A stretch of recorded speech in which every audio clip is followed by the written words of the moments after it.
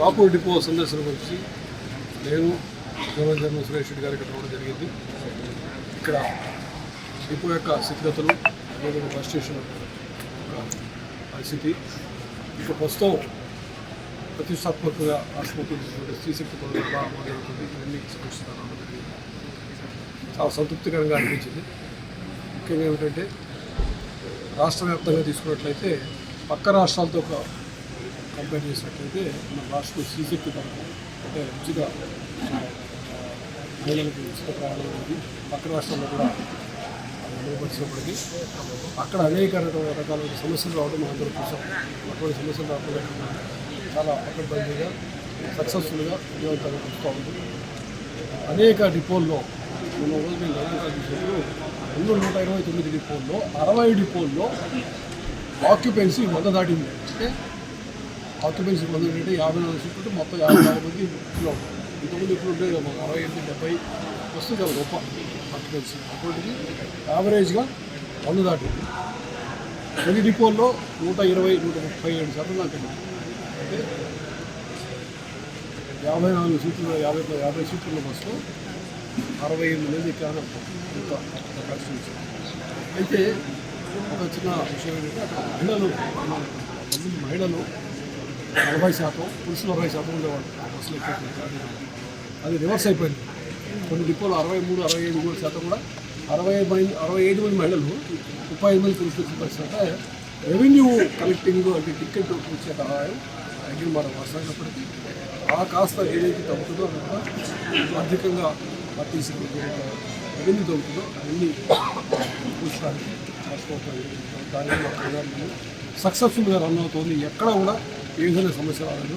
ఏదో 1-2 చోట్ల ఇక్కడ మన వైజాగ్లో బస్సు అది కూడా శ్రీశక్తి పథకం వల్ల కావాలి ఫెయిల్ అవడం అక్కడ తప్పించి బస్సులు ఫెయిల్ అవ్వడం కానీ లేకపోతే సీరియస్ కంప్లైంట్ కానీ అదేవిధంగా పక్క రాష్ట్రంలో దాడులు జరగడం కానీ చాలా ప్రజావంగా నడుస్తుంది.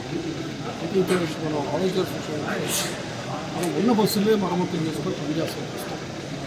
ఎందుకంటే పథకం స్టార్ట్ అయ్యేటప్పటికి ముఖ్యమంత్రి గారు తీసుకున్న నిర్ణయం ఏంటంటే కొత్త కూడా విద్యుత్ బస్సులు తీసుకోవాలి. విద్యుత్ బస్సులు తీసుకోవాలి అంటే బస్సు కొనుక్కొని పెడితే బస్సులో దిగాలి. డీజిల్ బస్సు అయితే ఇవాళ కొనుక్కొని రేపు నుంచి రన్ చేయొచ్చు. ఎలక్ట్రిక్ బస్సు రన్ అవ్వాలంటే దానికి సంబంధించి electric infrastructure, charging infrastructure HT line ముందు వేసుకోవాలి. ఆ తర్వాత దానికి సంబంధించిన ట్రాన్స్ఫార్మర్లు పెట్టుకొని step down transformer charging guns పెట్టుకొని అవన్నీ ఛార్జింగ్ ఇన్ఫ్రాస్ట్రక్చర్ ఉంటేనే ఒక ఎలక్ట్రిక్ బస్సు యొక్క ఉపయోగం అది ఉపయోగించగలిగే అవకాశం ఉంది. కాబట్టి అది రావడానికి సమయం పడుతుంది. ప్రస్తుతం మనకు 1050 బస్సులు ఎలక్ట్రిక్ బస్సులు శాంక్షన్ అయి ఉన్నాయి. ఇంకొక 300 మేము ప్రయత్నిస్తాం. ఇది కాకుండా 1500 బస్సులు వీళ్ళ త్వరలో కొనుగోలు చేయాలని నిర్ణయించారు. త్వరలో ఆపేస్తాం. ఈ విధంగా మనకి కొత్త బస్సులు వీళ్ళ త్వరలో వస్తాయి. ఇంకా పరిస్థితి అంతా బాగుండి కొంచెం మెరుగుపడినట్టు కొంచెం రోజులే కాక పల్లె వెలుగు కూడాను ఎలక్ట్రిక్ ఏసీ బస్సులు వచ్చేటువంటి రోజులు రాబోతున్నాయి. అంటే నేను పల్లె వెలుగు కూడాను 2 రకాలు కాదు. ఒకటి పల్లెలకు కూడా పల్లెలకి దగ్గర నుండి టౌన్స్ కలపడానికి వెళ్ళేటువంటి బస్సులు ఎలక్ట్రిక్ బస్సులు అవుతున్నాయి, ఏసీ బస్సులు అవుతాయి. ఒకటైతే రెండవది స్త్రీశక్తి పథకం కూడా అమలు అయ్యేటువంటి అవకాశం వస్తుంది. అంటే మహిళలు ఫ్రీగా ఏసీ ఎలక్ట్రిక్ బస్సులు వెళ్ళేటువంటి రోజు త్వరలో రాలేదు. సో అది కూడా వస్తుంది. ఆ వచ్చేలోపు ఉన్న బస్సుని గ్యారేజ్ స్టాప్ గ్యారేజ్లో ప్రత్యేక అభివృద్ధి చేస్తూ ఉన్నారు.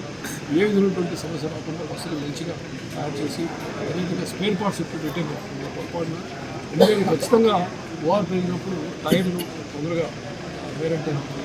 అదేవిధంగా మిగతా స్పేర్ పార్ట్స్ కూడా పెట్టుకొని ఏ విధమైన సమస్య రాకుండా చూసుకుంటారు.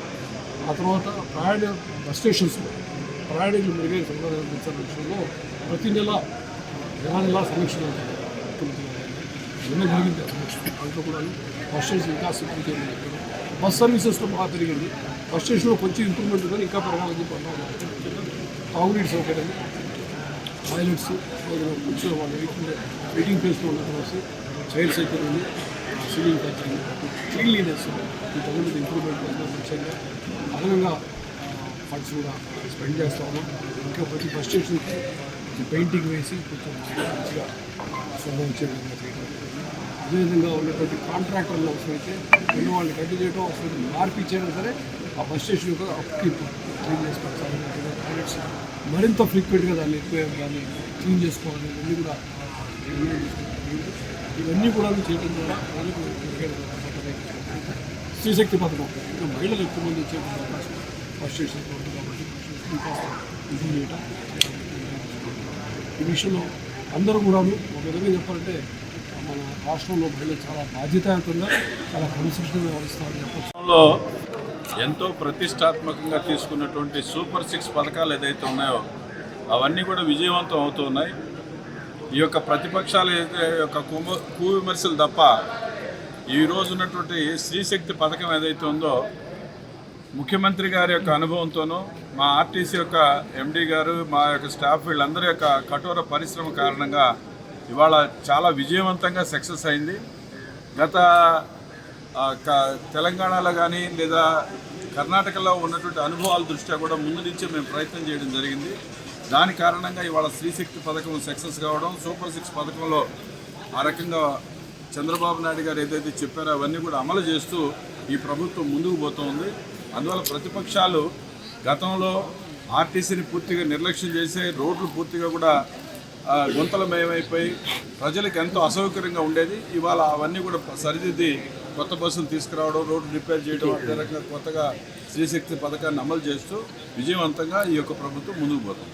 తెలుగులో ఫాస్టెస్ట్ న్యూస్ యాప్ ఇప్పుడు కొత్త అవతారంలో 5 సెకండ్లోనే పూర్తి వార్తా సమాచారం మీ చేతిలో. సోషల్ మీడియా ట్రెండ్స్ మీ కళ్ళ ముందుకే live TV and voice search ఆప్షన్స్తో ఇప్పుడే డౌన్లోడ్ చేయండి. యాప్ లింక్ డిస్క్రిప్షన్లో ఉంది.